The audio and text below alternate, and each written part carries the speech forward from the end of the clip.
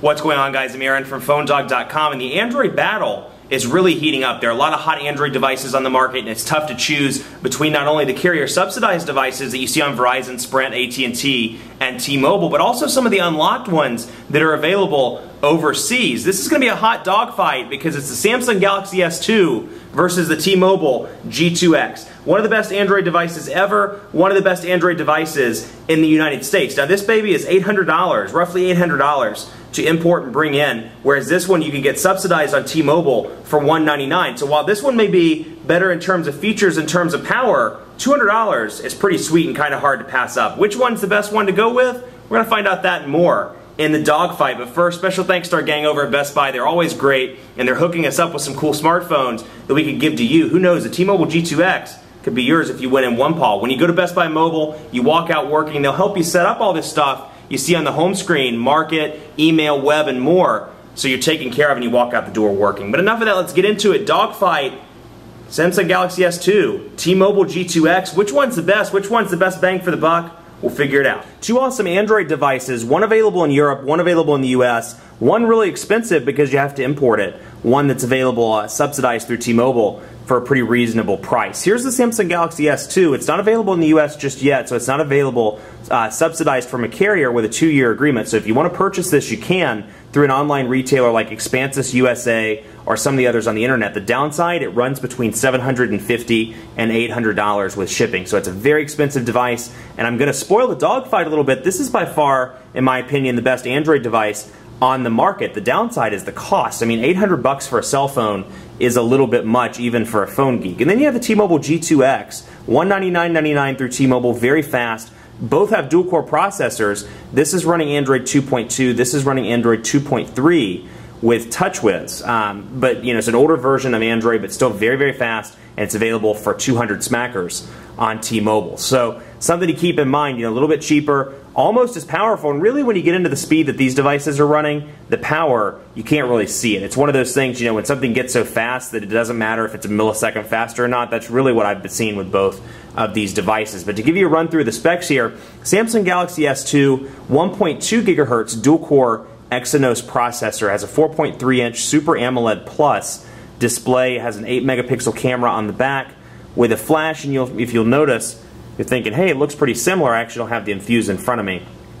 But if you're wondering, it looks pretty similar, well, it's because the Infuse on the back looks almost exactly the same. A little bit of a different color scheme, a little larger because it has a 4.5-inch display, but looks very similar. So front-facing camera as well, Android 2.3 with Samsung TouchWiz 4.0, so it's running the newest version of Samsung's TouchWiz user interface, and it's much improved over something like 3.0, where to me it looked like a little bit of much of a work in progress or something like that. This seems much more fluid, much more refined, and you can really tell that they went back to the drawing board with this one. So I mean, a really awesome device. It's 8.49 millimeters thick, so very thin. It has that traditional Samsung hump at the bottom, and then you see on the right side the power button. Can't talk today. Power button, volume rocker on the left side, micro USB charging port on the bottom, 3.5 millimeter headphone jack on the top. So I mean, it's a hot looking device. It feels good. It's very thin, but again,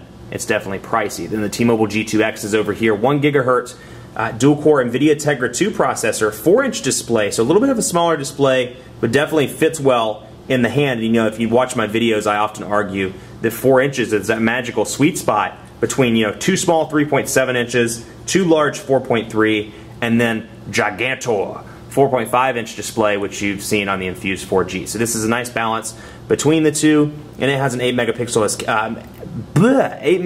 camera as well. I cannot talk today.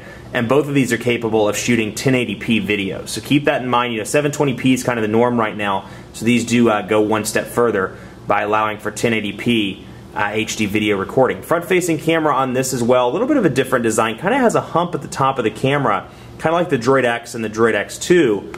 Then you have your volume rocker over on the right, micro USB charging port, and speakers on the bottom. Nothing on the left side.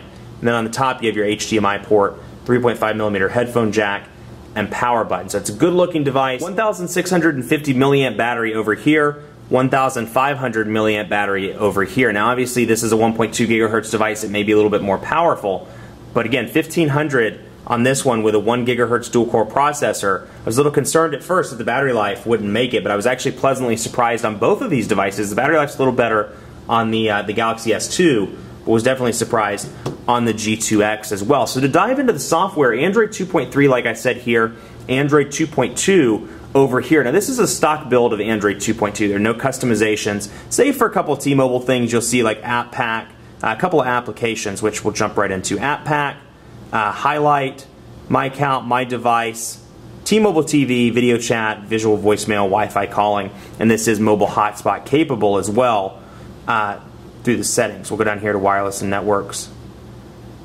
and go to Tethering and Portable Hotspot. So you can use this as a hotspot if you have, provided that you have the right plan. So a few T-Mobile things with it, nothing big, but those things can't be uninstalled, so that's something to keep in mind. Now this, unlocked device, unbranded device, there's no carrier bloatware on this because it's not assigned to carrier, it's unlocked and unbranded, but it is running Samsung's TouchWiz 4.0. Now, oftentimes, the old story is that manufacturer installed overlays slow the device down. Not the case at all. Here, you can see how incredibly fast this is. Thanks to that dual-core processor, just a dream. Scrolling through here, very, very clean, very easy. Absolutely love it. And it's very fast. Now, out of the box, the icons are a little bit unorganized, but you get clock, music, internet, typical Android stuff. And you'll notice that the icons not only have changed, but if you remember TouchWiz 3.0, they had that boxy iPhone-like look or iOS-like look, and they've done away with that. Now, they still scroll from left to right on TouchWiz like iOS, but they've done away with the boxes, and they've done away with the little dock down here. It kind of hangs in space. Well, literally, if you look at my background, but it kind of hangs in space as opposed to the box and then the actual static dock. So you can see what comes on it. Some Google stuff. You have Samsung Social Hub, Music Hub, Readers Hub, and Game Hub. Separate hubs, obviously, as they sound. Social Hub for connecting with your friends, Music, Readers, and Game Hub as well. And hopefully we'll see some more hubs in the future. My Files, Video, All Share, Keys. I'm not sure if it's Keys or Kai's Air, which is a Samsung thing. Voice Command, Voice Talk. And we'll go over here. Samsung Apps. It's a dedicated Samsung App Store. Then you have IM, Suggest, BBC iPlayer. Now the interesting thing, because this is a UK device, you'll find programs like BBC iPlayer, and when you start them up to watch it, you'll see BBC iPlayer is only available within the United Kingdom. So there are some things on this device that's kind of the consequence of buying a device that's unlocked and unbranded from another country. In addition to the charger that might not work out of the box, you see some programs that may not work either. And then of course some things that I've installed as well out of the box. So anyway, TouchWiz 4.0, huge improvement over the original. Actually, I just realized the Infuse is in front of me, so I can go ahead and pull this over and give you a comparison just between the two. This isn't, I'm not adding this to the Dogfight, but I just want to show you the difference between how they look, or how it looks on 3.0 and how it looks on 4.0. So you can see those minor differences between the two, but where I really want to show you is when you're doing things like adding a widget. We'll press and hold, and it brings up that typical Android widget screen, add to home screen, but when you press and hold here, you can see it pops up in the bottom, and while keep an eye on that, you can see how that's there. You can still scroll through the home screens back and forth while you're looking at widgets. So going to widgets, you can scroll over, bring up one there if I wanted to, and more. So just a little bit more customization. Kind of has a tablet feel to it, if you will, but you can really tell they've done their homework with TouchWiz 4.0 and just made it so much more user-friendly. Actually, I didn't mean to jump out of that. Let me go back into widgets. And you can see just when scrolling through the widgets how they turn from side to side, kind of like a music track. Like you're pushing it back depending on which way you're going. So just so fluid, and you'll notice, I mean, look how quickly I'm scrolling through here with no lag whatsoever. Just how fluid and clean everything looks. Now you have 7 home screens here on TouchWiz. You can do the same thing as you can in past versions and things like HTC Sense, Pinch. Go ahead and bring those down and go to a different home screen if I want to. I can remove things, but I'll go back to that, and then you can see what the notification bar looks like, not only as a result of TouchWiz 4.0, but Android 2.3, a little bit different here, kind of a neon green / gray color scheme. I am running on AT&T. Now, for those that have asked me for the Galaxy S2, which bands in the US it'll run on for 3G, if you have AT&T, you're good to go. If you have T-Mobile, it does not support the AWS band, which is 1700 megahertz, which is what T-Mobile uses. So if you do have a T-Mobile device, you're welcome to pop your SIM card in it and it'll work, but it'll only work to Edge. It will not go to 3G, but you can see the color scheme there. Now you have stock Android over here, Android 2.2, and it's a plain Jane experience. I mean, you see over here 5 home screens, the typical ones, which I can either press there or I can press there, scroll between those.